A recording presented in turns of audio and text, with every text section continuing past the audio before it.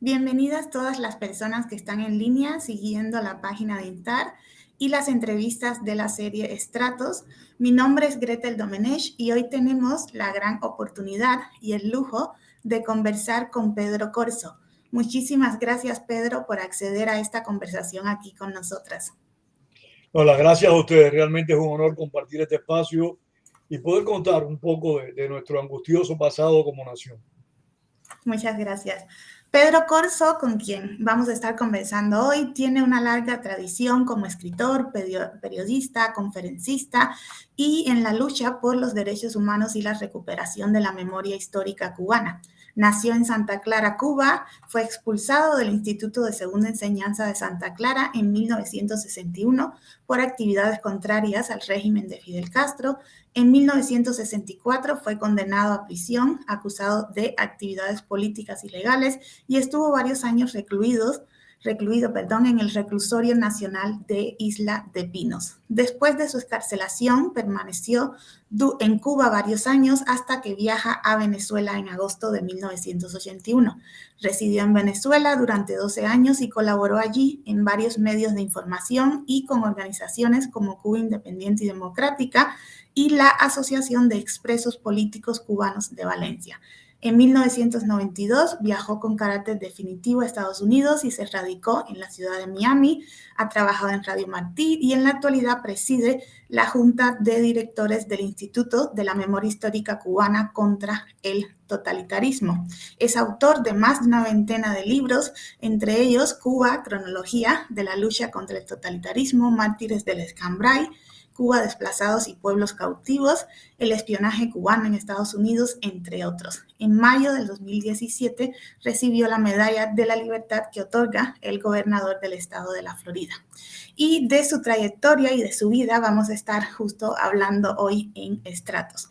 Pedro, me gustaría que comenzáramos hablando de sus inicios, no solo en distintas actividades políticas de oposición al régimen castrista en Cuba, sino también de cómo usted era muy joven cuando triunfa la revolución en el 59. Entonces, cómo comienza a observar este proceso y cómo se dan sus primeros pasos, digamos, enfocados hacia una crítica y hacia una oposición. Gretel, te reitero mi agradecimiento por esta entrevista. Mira, la situación que se generó en Cuba en el año 1959 realmente no dejó espacios para toda persona que tuviera un mínimo de sensibilidad social. Todos los cubanos de la época, con esa sensibilidad a la que hago referencia, nos vimos presionados, obligados a participar en el proceso. Unos, como fue mi caso, pues en contra. Otros, como fue el caso de personas X, pues a favor. Las acciones del régimen castrista desde el principio fueron particularmente crueles. En ese año 59, al igual que en los años subsiguientes, los fusilamientos eran realmente masivos. Siempre recuerdo los fusilamientos de la madrugada del 11 al 12 de enero del año 59 en Santiago de Cuba, donde 71 personas, según algunos historiadores 72, pero al menos 71 personas comprobadas fueron fusiladas por orden de Raúl Castro al mejor estilo de como lo hacían los nazis contra los judíos en los años 40. Paraban a la gente delante de una zanja y ahí las ametrallaban. Después las zanjas fueron tapadas con bulldozer. Ante aquellas crueldades, yo creo que nadie podía mantenerse indiferente. Pero independientemente a los fusilamientos, en el mismo 59 se apreciaron decisiones por parte del gobierno y en persona de Fidel Castro que eran totalmente inaceptables. El doble juicio a los pilotos aviadores. Como te decía, Greten, el caso de los pilotos fue muy conmovedor porque no tiene sentido juzgar en dos ocasiones a un grupo de presos cuando ya fueron absueltos. Pero ahí no queda la cosa. Por ejemplo, el golpe de Estado que le propinó Fidel Castro al presidente Manuel Urrutia Lleó en julio del año 59. El encarcelamiento del comandante Huber Matos y sus compañeros por el mero hecho de mandarle una carta, de recibirle una carta en la que Matos denunciaba la alta presencia de los comunistas en el gobierno revolucionario. Y por último, y la carrera sigue, por supuesto, mucho más, fue la manipulación de parte de Castro y su corte del Congreso, del 10º Congreso de los Trabajadores de Cuba, donde la mayoría de los participantes votaron por una CTC independiente y Castro convirtió a la CTC en un organismo más del gobierno. Todas esas cosas nos conmovieron como ciudadanos y nos vimos obligados a asumir posiciones políticas contrarias al nuevo régimen. Como tú en tu condición de historiadora la conoces, el gobierno cubano desde el principio estableció controles muy rígidos y no permitió ni la formación ni la actividad política independiente. Al no permitir eso, pues fue mandatorio para nosotros buscar vías de confrontación con el nuevo régimen y empezamos a integrarnos a agrupaciones contestatarias, hoy se dirían disidentes, pero en aquellos tiempos eran abiertamente opositoras, aunque paradójicamente la mayor parte de estas organizaciones habían sido fundadas por hombres y mujeres que habían sido líderes también del proceso insurreccional contra Batista. O sea, por ejemplo, el Movimiento Revolucionario del Pueblo fue fundado por Manolo Ray, un hombre que había estado en la Sierra Maestra con Castro, un hombre que había ocupado posiciones importantes en el gobierno revolucionario como ministro de Obras Públicas. Otras agrupaciones fueron fundadas por Humberto Sorí Marín, el hombre que hizo la primera ley de reforma agraria, que fue fusilado por Fidel Castro. En fin, fueron muchos ex revolucionarios que se percataron de que Castro estaba manipulando el proceso que había conducido a la medida de su voluntad, a su medida autoritaria, y se vieron obligados a actuar en contra del régimen que habían ayudado a llegar al poder. Tú me dices si las respuestas son demasiado largas, por favor. No, para nada. Pedro, y en el caso de usted, que en el 61 ya, como dice, muy cerca del 59, que se empiezan a ver todas estas muestras de violencia y represión, creo que usted es expulsado del Instituto de Segunda Enseñanza de Santa Clara en el 61. ¿Cómo pasa esto? Bueno, un grupo de jóvenes de Santa Clara y de todo el país empezamos a conspirar contra el gobierno desde finales del 59. Porque no hay peor ciego que el que no quiere ver. Pero las cosas que sucedieron en Cuba, que te mencioné hace un rato, en el propio año 59, permitían a cualquier persona con un mínimo de sensibilidad social percatarse de que en el país se estaba instaurando un régimen diferente a todos los que habíamos conocido, con unas características de dictadura totalmente distintas, que fueron las que nos condujeron a lo que padecemos desde hace casi 60 años, un régimen totalitario. Este totalitarismo nosotros lo repudiamos desde el principio, empezamos a conspirar contra el gobierno. Y en el año 1960, en finales de septiembre y principios de octubre, fueron capturados en la Sierra de la Escambray un grupo de alzados. Entre ellos, un joven que era muy admirado por todos nosotros en Santa Clara, que había sido capitán del ejército rebelde, que había estado alzado en esa misma región en la lucha contra la dictadura de Fulgencio Batista, que se llamaba Porfirio Remberto Ramírez Ruiz. Nosotros le decíamos el negro. Porfirio se alzó en armas por segunda vez en su vida, buscando una vez más justicia y democracia para Cuba. Fue capturado y fue fusilado junto con otras 4 personas. Entre ellos, un comandante del ejército rebelde, Plinio Prieto, y otro capitán del ejército rebelde, Sinencio Guache. Ese fusilamiento, pudiéramos decir, partió las aguas. Para aquellos que tenían dudas de qué tipo de régimen se estaba instaurando en Cuba, pues me parece que se le acabaron las dudas. Nosotros fuimos golpeados, repudiados, abusados por las autoridades. Algunos fueron encarcelados por haber participado en las protestas que se organizaron en contra del régimen castrista. De ahí la conspiración se hizo mucho más dura, mucho más severa, y participamos en numerosas gestiones, en numerosas actividades. Como el régimen cubano ha establecido desde el principio un control absoluto en todas las dependencias públicas, que posteriormente extendió a toda la vida privada nacional, expulsó a aquellas personas que no estábamos de acuerdo con el régimen del Instituto de Segunda Enseñanza en todo el país, de las universidades. Tú tienes que haber leído en tu condición de historiadora las famosas depuraciones que el régimen instauró, tanto en universidades como en institutos como en centros laborales.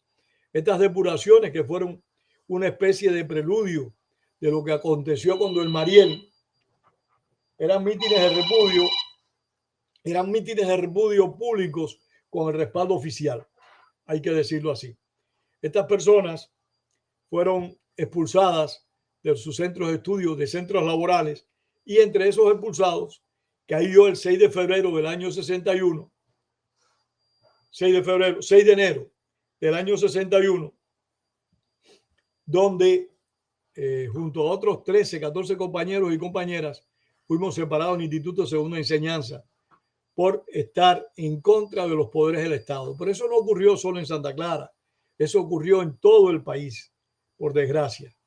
Y así se fueron, te repito, estableciendo mayores diferencias y generando un proceso de confrontación que fue particularmente cruento, muy doloroso. Pedro, y entonces, 2 preguntas. Con algunas de estas organizaciones que usted me comenta, ¿usted militó en alguna de las organizaciones o recuerda algo de estas organizaciones? Sí, como que no. Sí. Yo milité en varias, porque el propósito nuestro era derrocar la dictadura de los Castro, y recurríamos a cualquier instrumento que creyéramos conveniente. Yo milité en el Directorio Revolucionario Estudiantil, milité en el Movimiento Revolucionario del Pueblo, el MRP, que lo fundó, como te decía hace un rato, Manolo Ray, que fue ministro de Obras Públicas del régimen castrista hasta avanzado el año 59. Milité en varias instituciones y cumplí diferentes actividades en contra del régimen totalitario, algunas que no son políticamente correctas y otras que son políticamente correctas. ¿Nos pudiera comentar de alguna de estas actividades, de las políticamente correctas, si quieres? Sí, no, de las incorrectas no voy a hablar. De las correctas. De las correctas sí, dirigí un periódico junto con mi amigo Héctor Caraballo que se llamaba Adelante, en la provincia de Las Villas. Suministramos también recursos a los alzados de las montañas. En fin, hicimos varias tareas, organizábamos grupos estudiantiles contrarios al régimen en diferentes centros de estudios.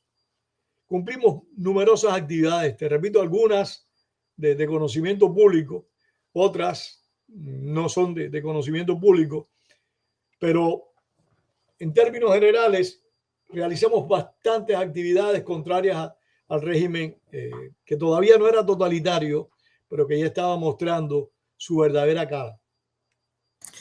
Pedro, y cuando le expulsan del Instituto de Educación, ¿le dan alguna excusa, digamos, para esto o simplemente ya Mira, lo creo que sacan? por aquí tengo en este reguero que tú ves en mi escritorio, porque sin reguero no puedo trabajar, te soy honesto. Este reguero, tengo la carta de expulsión que me la dio un compañero que fue expulsado junto conmigo de nombre Marcos Varela. Ellos simplemente ponen actividades contrarias a los intereses de la revolución y nos expulsaron. Nos expulsaron caprichosamente, porque realmente cuando el gobierno entendía que tú estabas realizando actividades contrarias a los intereses de la revolución, te llevaban preso y te condenaban. Fue porque ellos no tenían prueba para llevarnos a prisión, pero sabían que estábamos en contra del gobierno. En ese momento también estábamos organizando una huelga estudiantil. Una huelga estudiantil estaba convocada para el 6 de febrero del año 61 y que logró hacerse en la ciudad de Camagüey. Muy intensa, por cierto. Pedro, y después que es expulsado del instituto, tengo entendido que en el 64, o sea, 3 años después, lo condenan a prisión con este eufemismo, ¿no? De actividades Sí, políticas ilegales. ¿Qué ya yo pasa? había estado, Sí. ya yo había estado preso en varias ocasiones. Por ejemplo, el 31 de diciembre del 59, con 15 años de edad, yo fui detenido por la seguridad del Estado y esperé el año 60 en la seguridad del Estado en Santa Clara. Posteriormente, cuando obtuvo lugar la expedición de la Brigada 2506, Playa Girón, o Bahía de Cochinos, como dicen acá en Estados Unidos, fui también arrestado. Pero todo esto eran arrestos temporales, muy breves, de unas pocas horas, unos pocos días. Pero ya el último arresto se produce en abril del 64, porque mis compañeros y yo seguíamos conspirando, seguíamos haciendo todo lo más posible por derrocar la dictadura y fuimos encarcelados y condenados a la cárcel. Y este arresto, bueno, en el año 64 lo llevan al reclusorio nacional de la isla de Pinos, ¿no? Sí, una experiencia sumamente interesante, porque Cuba, como tú bien conoces, en la República, antes del triunfo del castrismo, nosotros acostumbramos a decir la República, cuando estamos hablando antes del 1 de enero del 59, porque después Cuba se convirtió en una finca de los hermanos Castro. Durante la República, con todas sus imperfecciones, durante la República nosotros teníamos una serie de prisiones, pero eran muy pocas, 8 o 10. Pero en cuanto Castro llegó al poder, las cárceles se incrementaron grandemente, a pesar de que ellos iniciaron una campaña en la cual decían que los cuarteles se convertirían en escuelas y las cárceles se convertirían en escuelas. Sí, es cierto, la cárcel donde yo estuve preso por última vez en el año 64 en Santa Clara, la convirtieron en una escuela, pero a la vez hicieron 11 prisiones más en esa misma época en diferentes lugares de la ciudad, de la provincia.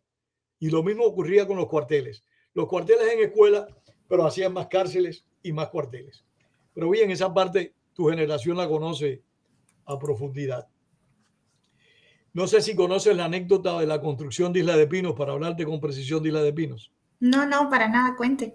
La prisión de Isla de Pinos fue construida por el general Geraldo Machado y Morales, otro autócrata que gobernó nuestro país en la década del 30.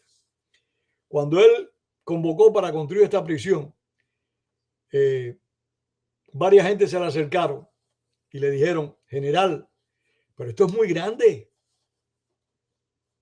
Y eso que el proyecto eran 6 circulares, al final se quedaron en 4. Sus asistentes le dijeron: general, esto es muy grande, demasiado grande. Y él dijo: no se preocupen, mira qué premonitorio, ya vendrá un loco que le va a quedar chiquita. Y el loco llegó, lamentablemente, casi 30 años después. La prisión de Isla de Pinos es una prisión excelente para estar preso.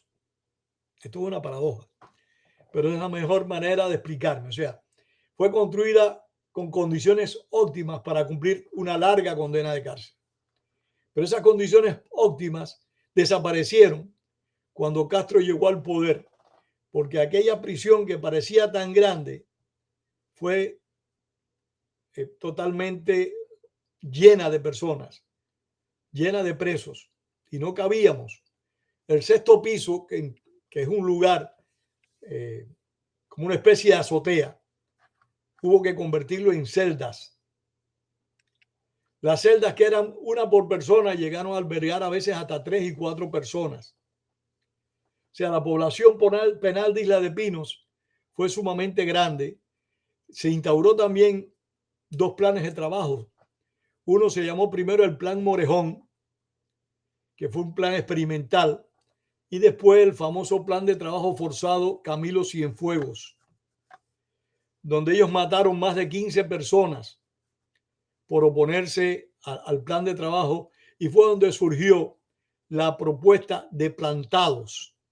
Cuando la gente se plantaban al plan de trabajo, se negaban a seguir trabajando, que recibían unas golpizas brutales, aparte de padecer un gran aislamiento. Todo eso convirtió a la prisión de Isla de Pinos, al Reclusorio Nacional para Varones de Isla de Pinos, que, como te decía, lo construyó el general Geraldo Machado, y Fidel Castro lo cerró en el año 67, porque cuando nos sacaron de Isla de Pinos fue como consecuencia de la extrema resistencia que estábamos haciendo.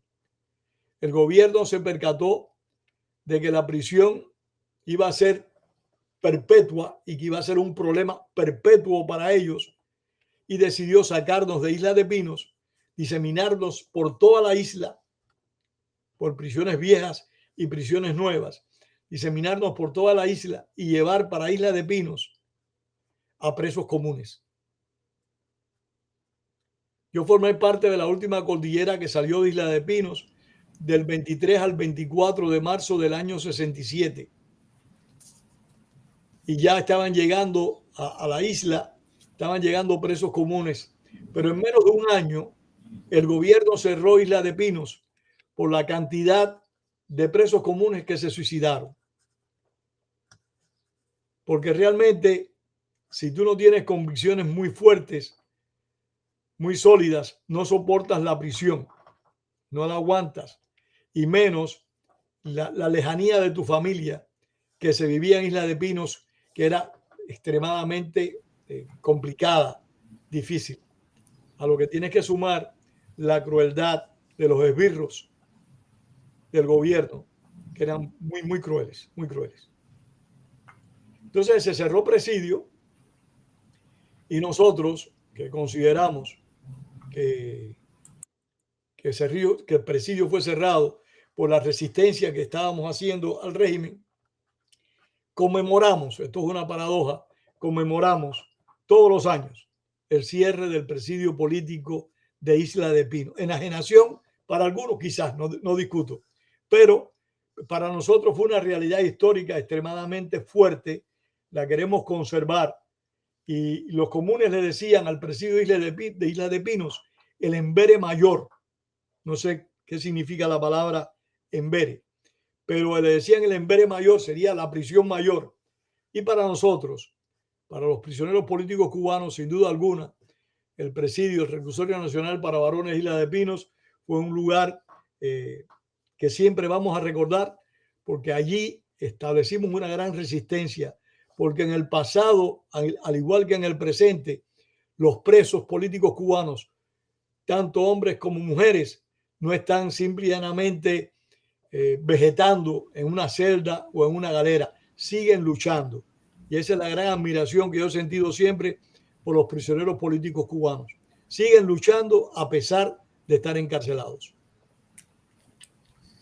Pedro, y bueno, decía varias cosas muy contundentes y muy impactantes. Cuando se refiere a nosotros, habla como usted y los otros jóvenes que fueron expulsados de las universidades, que estaban vinculados con estas organizaciones. Cuando te digo nosotros, te hablo de mi generación, que es mucho mayor que la tuya. Yo formo parte de una generación que lleva confrontando la dictadura 64 años. Por suerte todavía quedamos unos cuantos vivos y unos cuantos aptos para recordar la historia. No sé por qué tiempo nos podremos seguirlo haciendo. Pero por suerte todavía podemos hacer este trabajo, cumplir con nuestro compromiso. Y nosotros, te hablo de mi generación, sentimos un gran respeto por la historia que cubrimos, por la historia que cumplimos, y sentimos todavía un mayor respeto por los que en Cuba están luchando por derrocar la dictadura, estén en las calles o estén en prisión. Como yo personalmente siento respeto a todo aquel que tomó el exilio como lo que es, una asunción de compromiso político. No tomó la salida de Cuba como una emigración. En esto no es corrección, esto no es correcto políticamente, pero esta parte sí yo la digo con propiedad. Desgraciadamente, muchas personas salen de Cuba para resolver sus problemas personales, algo que es válido, nadie tiene derecho a criticarlo, pero no es exiliado. Exiliado es aquel, desde la perspectiva mía y de muchos de mis compañeros, aquel que está luchando, aquel que sigue intentando por volver a su país. Esos son los nosotros a los que yo me refiero. Pedro, y bueno, decía que en el 67 salen de la isla de Pinos. A partir de ese momento, ¿a dónde los llevan? ¿Ya los escarcelan o los trasladan a otras unidades? No, nos diseminan por todo el país. Por ejemplo, un grupo de nosotros fuimos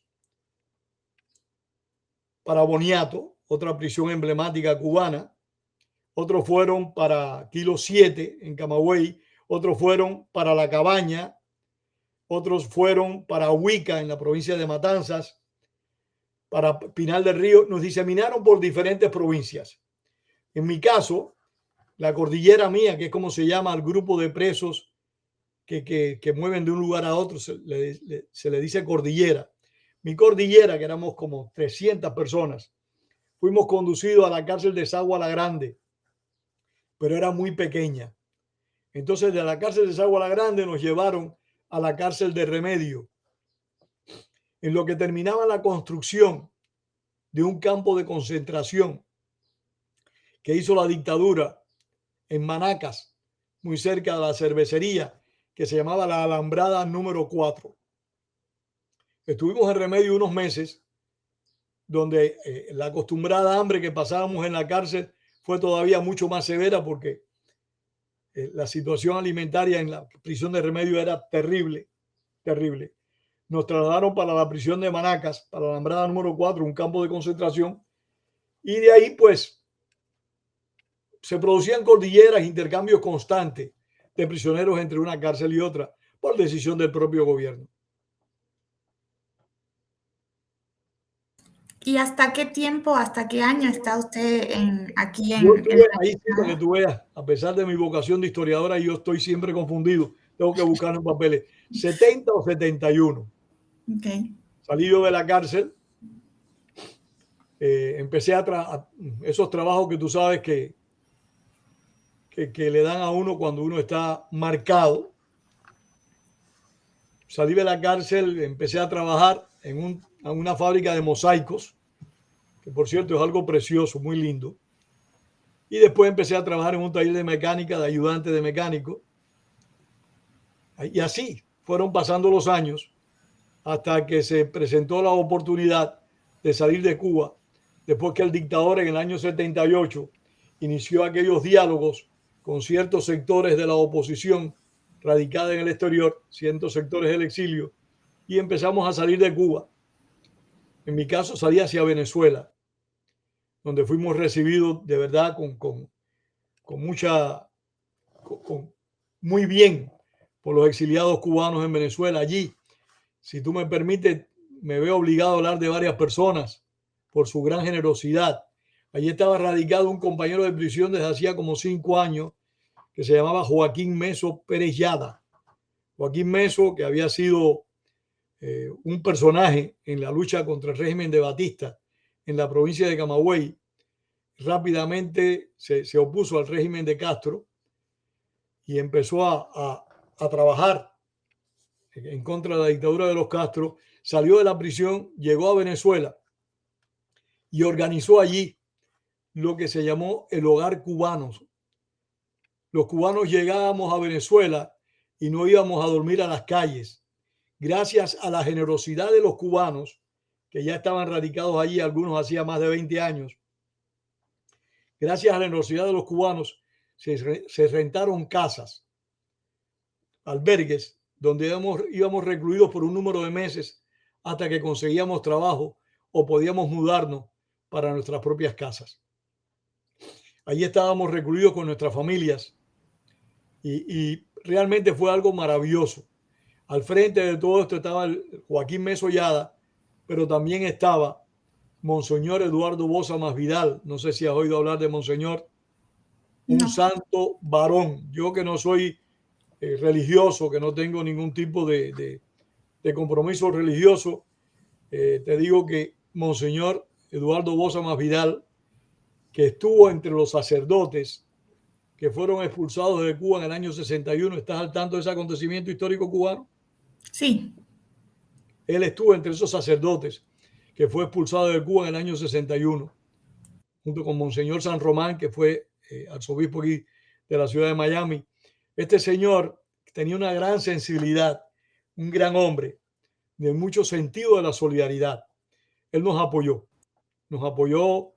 a todos los que llegábamos a Venezuela, fuéramos presos o no fuéramos presos.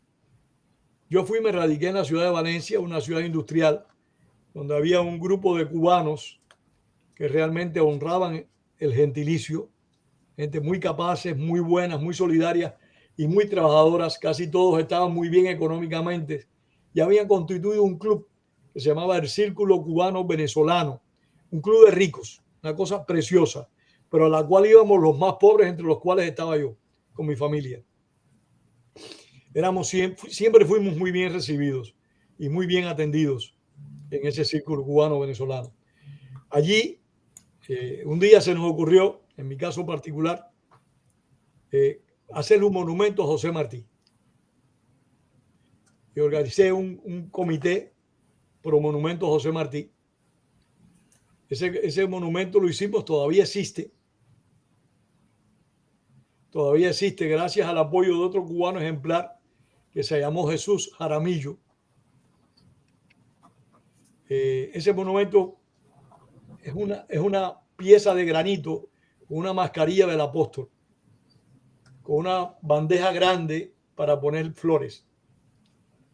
Ese monumento un día, un 26 de julio, elementos castristas, venezolanos y cubanos, fueron a poner una ofrenda floral y nosotros fuimos y nos opusimos. Y casi llegamos a repetir una batalla a los mambís con machete en mano.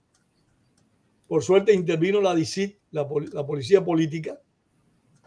Ellos no pudieron poner su ofrenda floral y nosotros, por supuesto, al ver que nos quedamos tranquilos.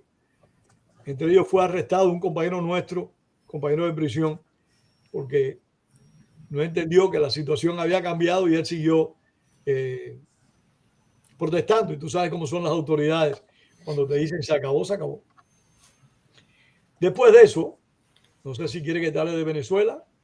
Sí, claro, claro.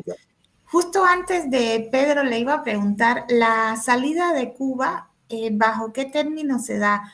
Como hay algunos acuerdos para sacar a personas como ustedes que participaron en acciones. Yo no formé parte de esto. Yo era un preso muy sencillo, muy como la mayoría de los presos. O sea, yo antes y hoy soy una persona de bajo relieve.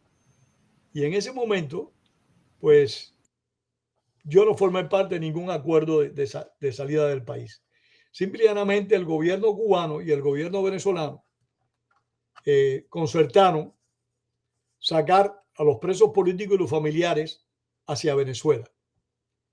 Y yo salí hacia Venezuela con mi familia. gracias a la generosidad del gobierno venezolano de esa época, que paradójicamente estaba presidido por un amigo de Fidel Castro, Carlos Andrés Pérez. Pero bueno, son esas paradojas incomprensibles de la historia y tú conoces de eso mucho más que yo. Estando en Venezuela, estaba en prisión el doctor Orlando Bosch. No sé si has oído hablar del doctor Orlando Bosch, que estaba injustamente acusado de haber volado el avión de Barbados. Yo allí fui el promotor de crear un comité que se llamó Comité Pro Justicia Orlando Bosch y sus compañeros. Esto para algunas personas que siguen convencidos de las diatribas de la dictadura no es políticamente correcto. Yo respeto mucho la opinión de todos, pero mis opiniones las respeto más. Aparte de eso, actúo en base a mis convicciones, no en base a las convicciones de los demás.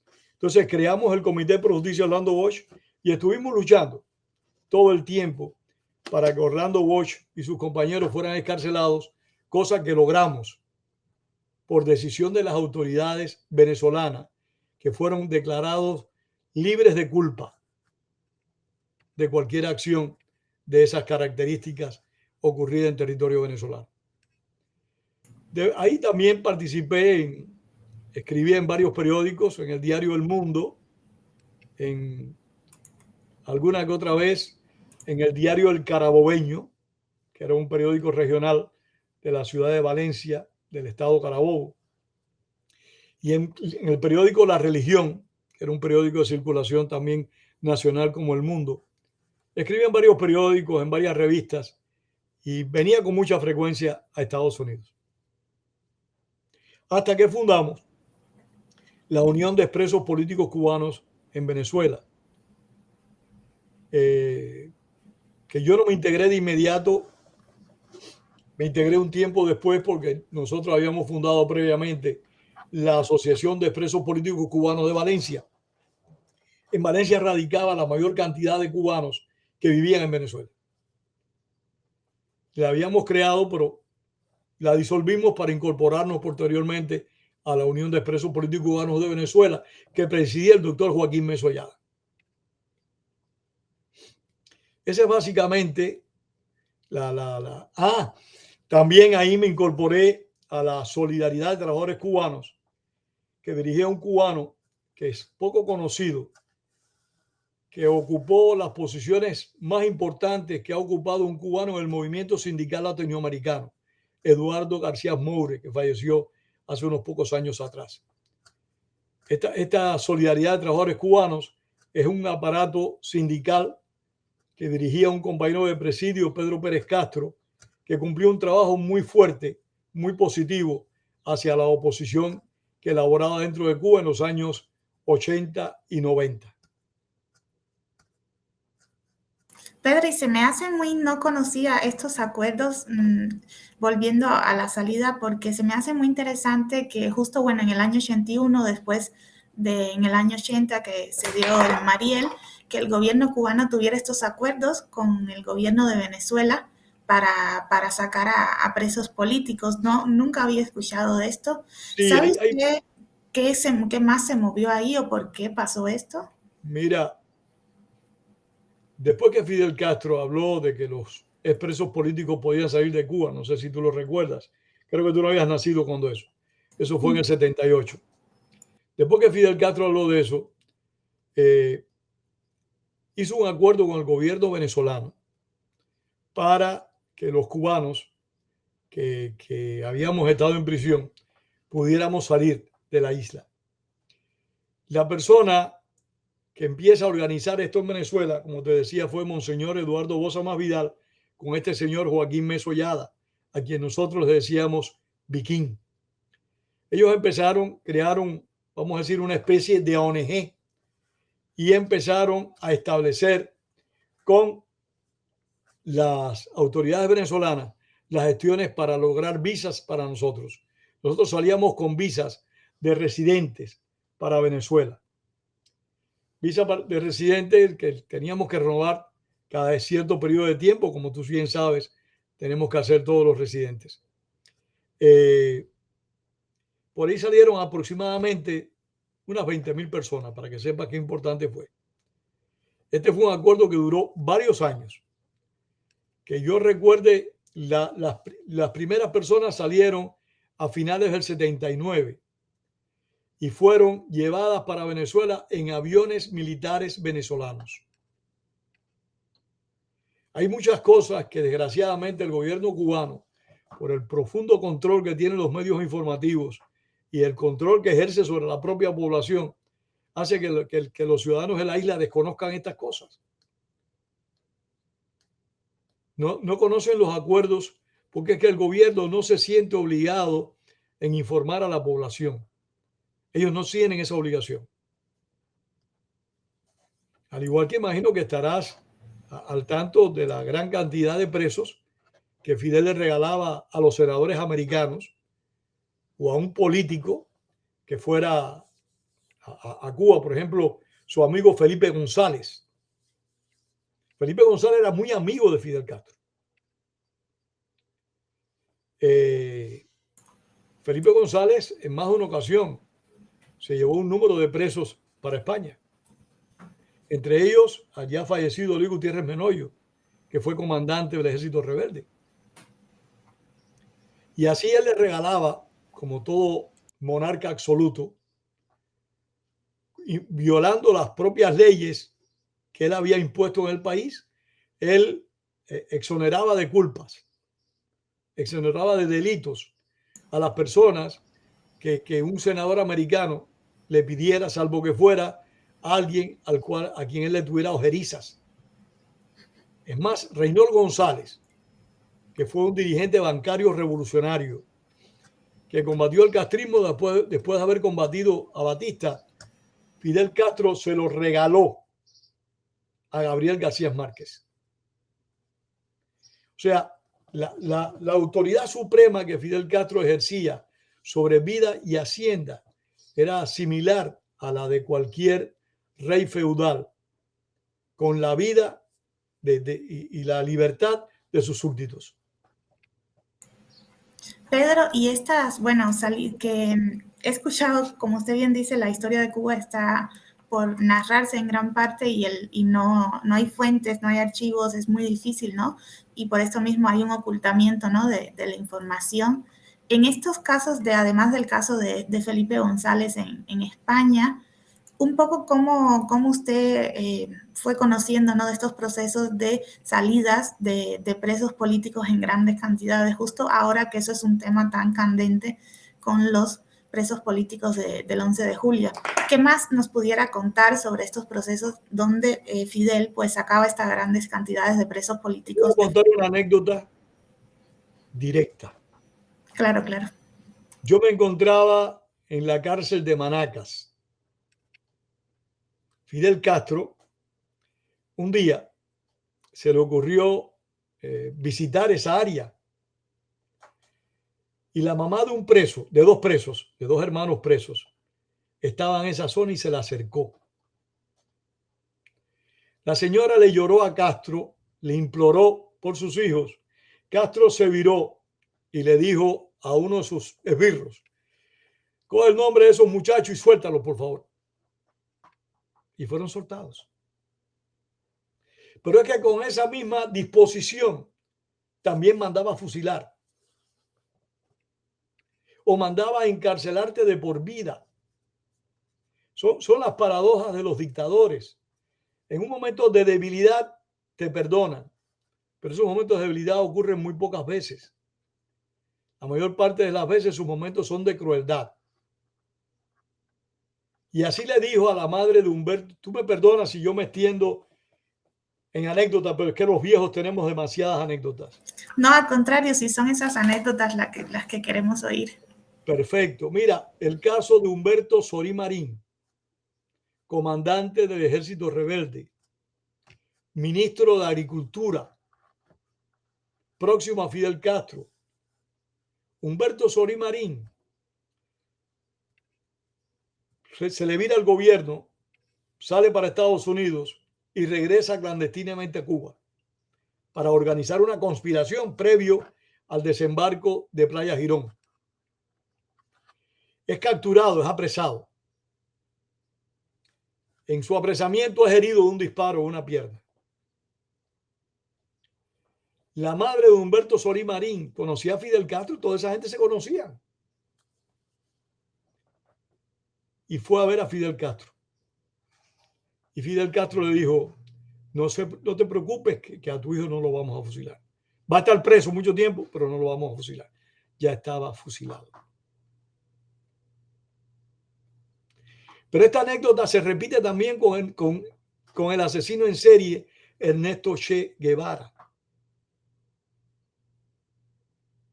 Cuando le dijo a una madre, señora, a su hijo lo fusilamos hoy por la mañana, ya no llore más por él. Si tenía el uniforme azul, había que matarlo. El uniforme azul de la policía republicana. La crueldad de los personeros del castrismo no tiene límites, no tiene límites. El abuso, su desconocimiento de sus propias leyes es agotador. ¿Y por qué conozco de estas cosas? Porque tengo casi 80 años. Las he vivido. Muchas de ellas las he vivido. O he compartido parte de mi vida con algunos de esos protagonistas. Pedro, y volviendo a, su estancia en Venezuela, que es donde nos habíamos quedado, ahí, pues, por lo que escuché, participó en múltiples actividades, ¿no? Estas mismas asociaciones de presos políticos, y también estuve leyendo que estuvo en la organización Cuba Independiente y Democrática. Sí. Y que incluso organizó algunos congresos de intelectuales cubanos en Caracas. Participé. En Caracas celebramos un solo congreso, pero voy a lo del CID primero. Sí. Cuando yo llegué a Venezuela, estaba ya constituido el Cuba Independiente y Democrática que dirigía el comandante Huber Matos. Y yo siempre me he sentido apremiado por participar activamente en las cosas que se relacionan con mi país y muy en particular contra el régimen castrista. Creo que es un compromiso, es un deber de vida de aquellos que creemos en la libertad y en la democracia. Y me sumé a Cuba Independiente y Democrática por varios años. Y organizamos un precongreso en la misma ciudad de Valencia, como te decía, que muchos cubanos vivíamos allí, un precongreso del CID, junto con otros compañeros. Y organizamos también encuentros de presos. Fueron muchas las actividades. Y el Congreso de Intelectuales era algo que se venía haciendo desde hacía varios años en varias ciudades del mundo, incluidas ciudades estadounidenses. Y a Ciro del Castillo, Carlos Alberto Montaner y 3 o 4 más, se les ocurrió hacer uno en Caracas y hablaron con la doctora Silvia Meso, que en paz descanse también, que era una persona de mucho prestigio en Venezuela, una profesora de la Universidad Central de Venezuela, una persona de mucho prestigio, muy respetada, cubana, hermana del señor que te mencioné hace un rato, Joaquín Meso Yada. Ella era Silvia Meso Pérez de Corcho.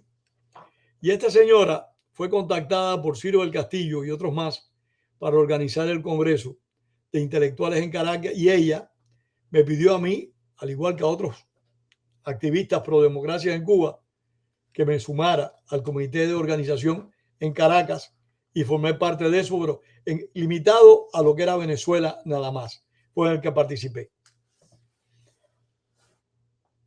Y en estos congresos, las discusiones, ¿cuáles eran? ¿El tema de la solidaridad con Cuba? Solidaridad con Cuba, solidaridad con la Cuba democrática. Era en contra del castrismo. Y era el congreso donde los presidentes eran personas que estaban en ese momento presas en la isla. Por ejemplo, Ángel Cuadra, que en paz descanse, fue presidente de uno de estos congresos. Mi amigo Ángel Cuadra, mi también amigo Jorge Valls, fue presidente de otros congresos. Eloy Gutiérrez Menoyo también fue presidente de un congreso. Eran congresos muy activos, muy dinámicos, que tenían mucha función, realmente eran productivos. Es una lástima que no se estén produciendo más y que hayan sido en cierta medida pues cancelados. Pedro, y bueno, pues después estuve viendo que después de Venezuela, o ya usted nos mencionaba que desde su estancia en Venezuela viajaba a los Estados Unidos, y creo que como en el año 1992, viaja hacia los Estados Unidos ya a radicarse en Florida. ¿Qué proyectos o qué empresas empieza cuando llega a Florida, ¿no? Que es de cierta forma un centro muy activo del exilio cubano? ¿Qué comienza? Yo creo que es el centro más activo del exilio cubano. Exacto, sí. ¿Qué comienza? Activo, no porque yo esté en la Florida, pero sí, indiscutiblemente es el centro más activo, específicamente Miami, es el corazón del exilio.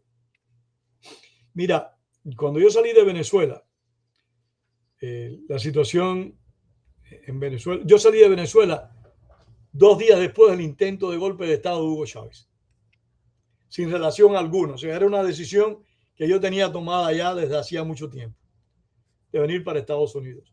Recuerda que ya había caído el muro de Berlín y existían expectativas de que algo podía ocurrir en Cuba. Y aunque yo nunca he sido optimista, yo no creía que pasara nada en Cuba, dije, me voy porque si yo casi siempre estoy equivocado, casi siempre estoy en minoría, pues si me equivoco, como casi siempre ocurre, pues voy a estar en Miami para salir para Cuba de inmediato.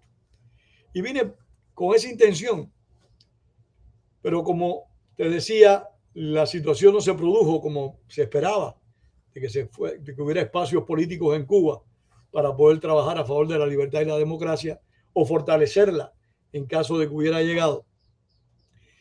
Se me presentó la expectativa de qué hago en Miami, porque políticamente hablando, yo creo que tenemos que hacer algo, debemos hacer algo, siempre, en la medida de nuestras posibilidades.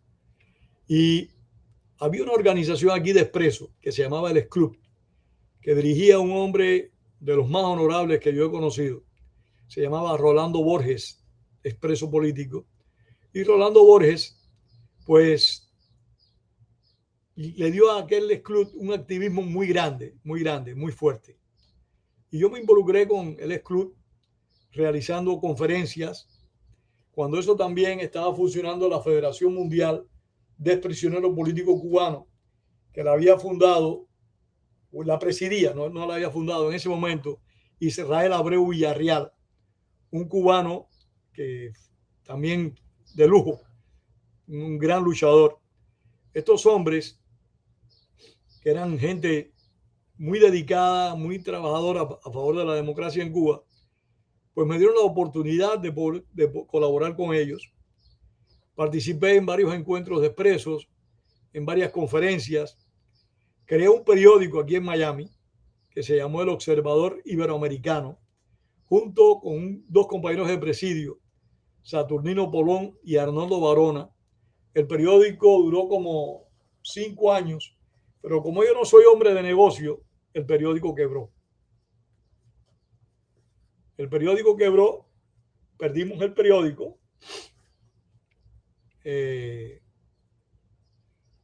Y en el año, en varias ocasiones hablé con mi gran amigo Ángel de Fara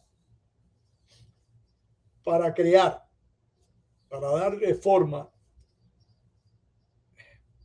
Tengo que remontarme de nuevo a Venezuela. Claro. No hay problema. No, adelante. Yo siempre he tenido una gran preocupación por la historia.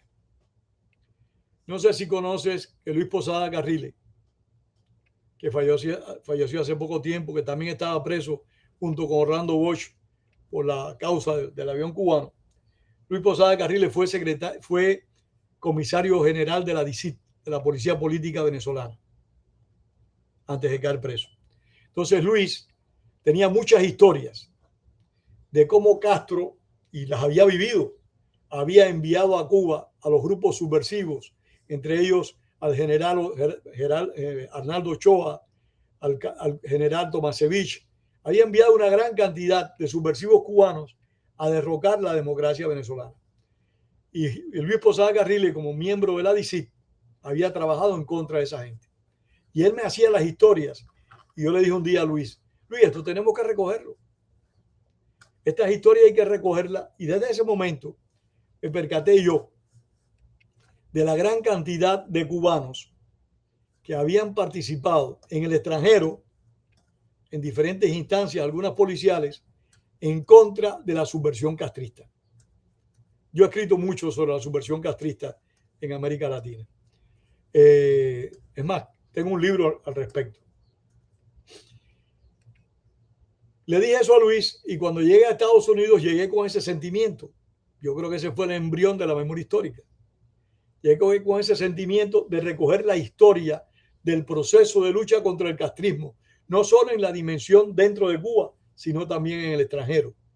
Porque no sé si conoces que en las cárceles de Estados Unidos, por las cárceles de Estados Unidos han pasado más de 100 cubanos por luchar contra el régimen castrista desde afuera, que han violado las leyes de Estados Unidos y lógicamente han ido a prisión. Pero lo que significo con esto es que los cubanos han luchado dentro de la isla y fuera de la isla. No sé si conoces que una gran cantidad de cubanos en los años 60 fueron al Congo a luchar contra la penetración castrista en el Congo. Allí se fajaron. 4 pilotos cubanos perdieron la vida en el Congo. Uno de ellos, según se dice, fue comido por caníbales. De eso tengo un libro que te lo puedo remitir cuando tú guste, que se llama Los cubanos combatiendo en África el castrocomunismo. En fin, vine con esa idea para Estados Unidos, me reuní con Ángel de Fana y le planteé la idea de trabajar en recoger la historia, de seguir luchando en la medida de nuestras posibilidades, pero de recoger la historia. Esto que... Sí, claro. Perdón. No, pregunta, no te preocupes. No, que me pareció muy, o sea, esto que nos estaba contando se me hace muy interesante, o sea, grupos de exiliados cubanos que iban a distintas zonas donde el castrismo quería penetrar y le hacían resistencia, ¿no? Creo que ahí también es un tema bastante desconocido. No, sí, muy desconocido. Por ejemplo, no sé si sabes que una gran cantidad de cubanos fueron a pelear a Vietnam contra el Vietcong en las Fuerzas Armadas de Estados Unidos.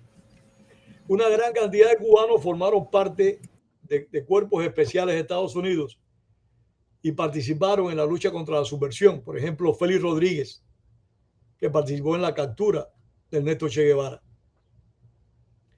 Y un número mucho más grande todavía de cubanos fue al Congo y combatió en Angola, combatieron en Etiopía y combatieron en el Congo. Estos cubanos eran de infantería, de la Marina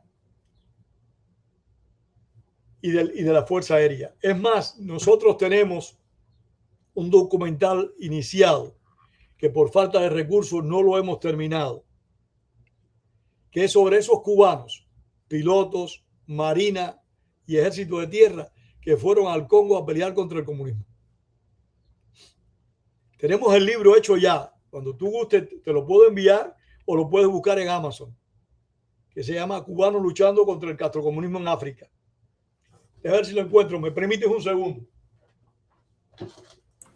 Claro, sí.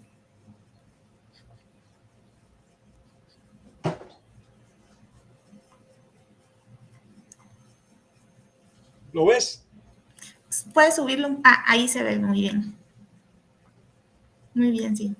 Este es del Instituto de Memoria. Este es el Instituto de la Memoria Histórica, sí. Este libro recoge todas esas historias, testimonios. No son, porque nosotros como Instituto de la Memoria Histórica estamos comprometidos a buscar testimonios en la medida de lo posible. Podemos trabajar en base a reliquias, en base a documentos, pero preferimos trabajar con testimonios directos de las personas que lucharon en algún aspecto en el proceso. Pero bueno, te decía, si retomo el tema, que me reuní con Ángel de Fana, le planteé la idea, que a él le gustó mucho.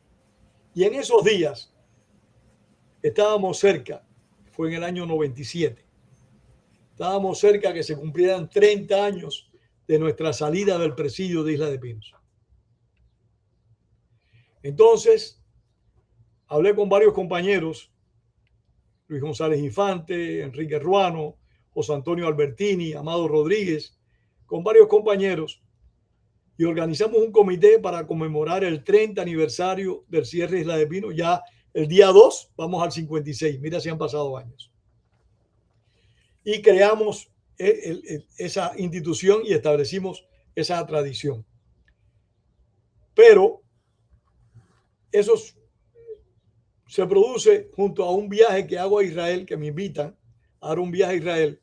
Y en Israel visito un lugar que se llamaba el Museo de la Diáspora y otro centro que se llamaba Centro de la Memoria Histórica, y me puse a leer al respecto. Cuando regresé, ya vine con la idea, no sé si me estoy adelantando a tu entrevista, me perdonas. No, para nada. Vine con, es que me entusiasmo, tú me perdonas. Vine con la idea de crear el Instituto de la Memoria Histórica Cubana contra el Totalitarismo. Vine con la idea de reunirme con varios compañeros, unos de prisión, otros no, para crear alguna entidad que tuviera ese compromiso. Y realmente fue recibida con mucha alegría por todo el mundo. Debatimos, algunos preferían, yo prefería que se llamara Centro de la Memoria Histórica, pero otros dijeron instituto. Como te repito, yo siempre estoy en minoría. Ganó la mayoría que quería instituto. Lo único que gané fue que los convencí que fuera contra el totalitarismo. Porque algunos planteaban que fuera contra la dictadura. Y yo les decía, ¿cuál dictadura? ¿Cuál de las dictaduras que hemos padecido? El único régimen totalitario que ha conocido América y uno de los pocos que ha conocido el mundo, por suerte, es el cubano, el castrista. Y entonces fue aceptado el término totalitario y creamos así el 29 de septiembre del año, no me acuerdo del año que salí de la cárcel y sí me acuerdo de este año. De 1999 creamos el Instituto de la Memoria Histórica. Pedro, y bueno, este Instituto de la Memoria Histórica Cubana contra el Totalitarismo, que se inserta en incluso el uso, como se decía, de la palabra totalitarismo, que se comienza en los años 90 por intelectuales en el exilio también a rescatar esta idea de nombrar, ¿no?, al régimen cubano como totalitario. ¿Qué misión y con qué ideas, además de, bueno, de un rescate y de los testimonios, como decía, qué misión y qué objetivos le interesaban más a ustedes con este instituto y les interesan porque siguen produciendo muchísimo? Ustedes, las nuevas generaciones. La censura que ha impuesto el régimen totalitario desde el principio ha sido cruel, devastadora. Desgraciadamente, la mayor parte de las nuevas generaciones de cubanos, los hombres y mujeres que tienen menos de 60 años, conocen muy poco de nuestro pasado. Conocen muy poco de la gran cantidad de hombres y mujeres que enfrentaron al régimen totalitario, y algunos creen que el gobierno es malo a partir del momento en que ellos lo empezaron a padecer. No, el gobierno de los Castro fue malo desde el 1 de enero del 59. Negativo, nefasto para nuestros derechos y nuestras libertades. Tuvo desgraciadamente una gran cantidad de buenos ciudadanos, de buenas personas que creyeron en sus propuestas y lo apoyaron. Pero también esas mismas personas de buena fe rápidamente abrieron los ojos y se opusieron al castrismo. El compromiso nuestro básico es recoger la historia de la lucha del pueblo cubano, de ese sector minoritario en el pasado, mayoritario hoy, en mi opinión, que siempre ha combatido al régimen castrista. Ese es nuestro compromiso. Recogerlo directamente por testimonios para que no haya tergiversación de hechos. Nosotros nos comprometemos a hacer todo lo posible porque no haya exageraciones, porque no se mienta.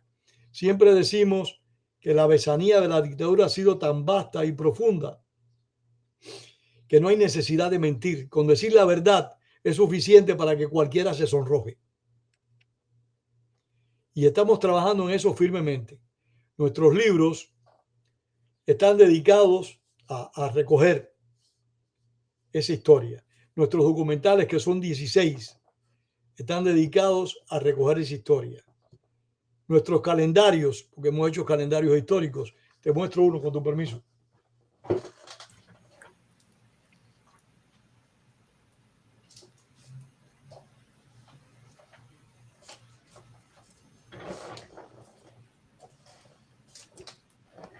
Esto es un calendario histórico cubano. Este es del año 2006, si no me equivoco. Entonces, ahí tú ves, cada día tiene cosas que ha hecho la dictadura en contra de la ciudadanía. Entonces, nuestros calendarios lo que hacen es eso, recoger la información lo más directa posible. A veces no se tiene porque los protagonistas han perecido. Pero en la medida de lo posible tratamos de confirmar, de comprobar las informaciones que recibimos.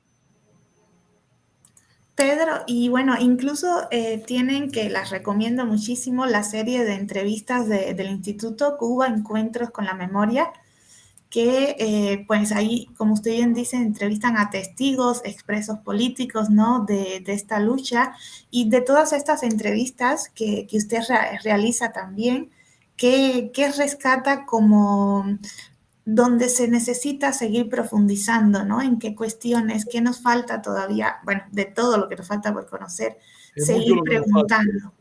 Es mucho, mucho. Desgraciadamente nosotros, que somos una organización que nunca hemos pedido grant, nunca hemos pedido apoyo de otras instituciones.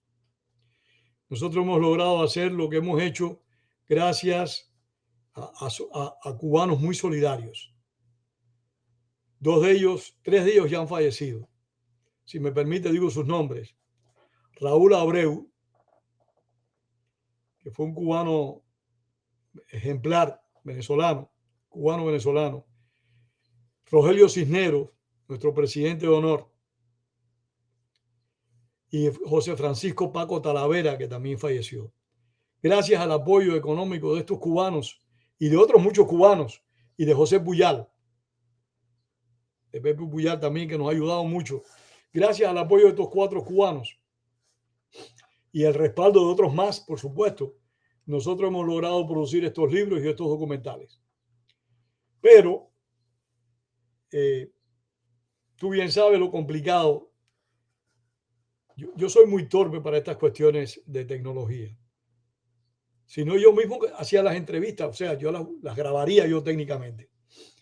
Pero todas estas cosas requieren después ser subidas a los sistemas sociales, etcétera. Yo no entiendo nada de eso. Mi esposa me ayuda, pero tampoco ella es una experta. Así que hacemos lo que podemos. Estamos obligados a seguir haciendo más. Ahora posiblemente empecemos un ciclo de entrevistas con personas que han participado en la lucha desde el exilio. Personas que han estado involucrados en diferentes estrategias en la lucha contra el régimen castrista. Y algo que quiero aclarar, nosotros como Instituto de la Memoria Histórica Cubana contra el Totalitarismo nos comprometimos, nos enfatizamos en recoger todo tipo de estrategia. Nosotros como institución no actuamos políticamente, no militamos políticamente, no nos sumamos a ningún proyecto político del exilio, por loable que sea. ¿Por qué? Porque no queremos en alguna medida contaminar nuestro compromiso con la historia. Entonces, hacemos nuestro trabajo sin comprometernos con ninguna agrupación de carácter político. Nos comprometemos con agrupaciones de carácter histórico, por supuesto, pero de carácter político, de activismo político, no nos comprometemos como institución, aunque como personas sí lo podemos hacer.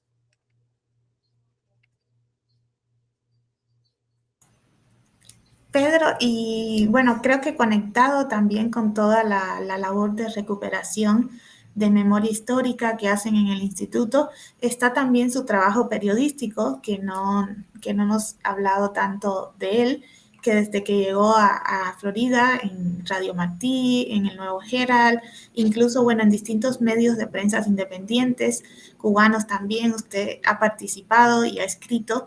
¿En qué, para un poco también orientar, ¿no?, a quienes nos escuchan sobre su trabajo periodístico, en qué ha enfocado esta escritura? Yo me enfoco fundamentalmente en Cuba. En definitiva, es mi dolor de vida, es mi angustia, pero no descuido la situación latinoamericana. Por ejemplo, en esta semana mando a los periódicos y una columna sobre la vicepresidenta de Colombia, una señora muy pintoresca que realmente merece ser tratada en los medios de prensa, en mi opinión, con el respeto que merece toda mujer y más una persona que ha sido elegida por su pueblo, pero también con la justicia de la crítica que merece por su conducta y por sus actitudes. Yo trato de escribir básicamente de Cuba, de lo que acontece en Cuba, de la historia de Cuba, en la lucha contra el régimen totalitario, pero me oriento también en alguna medida hacia América Latina, hacia lo que pasa en nuestro hemisferio y a la influencia que el castrismo todavía ejerce en varios líderes políticos latinoamericanos. Y sí, publico en varios medios. Para mí es un gran honor publicar en todos ellos, particularmente en 14 y medio que se produce en Cuba y en todos, en el Nuevo Herald, en Montoneros, en fin, en muchos medios informativos, en la prensa de Managua, un gigantesco honor. Es de gran satisfacción para mí tener esas oportunidades. Y creo que justo, bueno, su propia trayectoria de vida, Cuba, Venezuela, Estados Unidos, pues conecta, ¿no?, a América Latina con... Sí, estrechamente. Pedro, y bueno, próximamente, además de este documental que están tratando de terminar, ¿qué próximas actividades? Me comentaba también la del 2 de abril, de la conmemoración del cierre de Isla de Pinos, de la prisión. ¿Qué otras actividades tienen próximamente en el instituto, o libros o proyectos? Bueno, tenemos el 2 de abril la cena aniversario del 56 aniversario del cierre del presidio político de Isla de Pinos. El día 15 de abril vamos a conmemorar lo que es Playa Girón. Nosotros todos los meses en la biblioteca pública de aquí de Miami damos una conferencia que tiene que ver con la memoria histórica. Por ejemplo, el mes pasado dimos una conferencia que se llama, la memoria falla mucho, se llama Homenaje a personalidades destacadas del exilio. Y estamos rememorando, y lo vamos a seguir haciendo en próximas conferencias, a personalidades del exilio, del primer exilio cronológicamente, rememorando para que ustedes, las nuevas generaciones, conozcan de esos hombres y mujeres.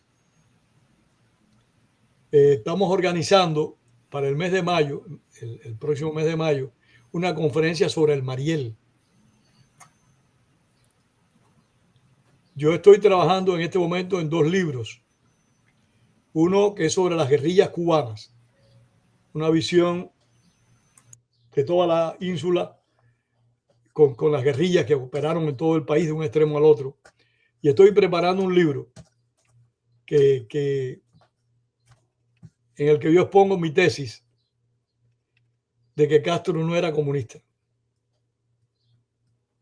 Era un canalla a todo dar, un fundamentalista del poder, un oportunista de carácter político que estableció en Cuba un régimen totalitario. Se llama La Marca Castro. Trato de demostrarlo. Por supuesto, hay personas que creen que el comunismo es sinónimo de todo el mal, y no cabe duda que el comunismo es sinónimo de mucho mal, pero no del todo. Hay males ajenos al comunismo desde mi perspectiva, y en eso Castro es uno de esos males terribles. que desgraciadamente nos tocó a nosotros los cubanos. Así que te tendré al tanto de ese libro por si te interesa leerlo. Claro, claro. Va a ser un gusto. Pues Pedro, no me queda más que agradecerle muchísimo por esta clase que nos ha dado magistral de historia y contándonos también estos momentos de su vida, y agradecerle muchísimo por el trabajo que hacen de recuperación de la memoria histórica y en todo lo que hacen en el Instituto de Memoria Histórica contra el Totalitarismo, y espero que sigan haciendo muchísimo más, que seguramente en las nuevas generaciones se lo vamos a agradecer muchísimo. Gretel, yo solo puedo decirte que estoy muy agradecido por esta oportunidad, pero muy, muy agradecido que tanto tú como Instar, como las personas involucradas en este proyecto, que pueden contar con nuestra colaboración, con nuestra asistencia, porque es un deber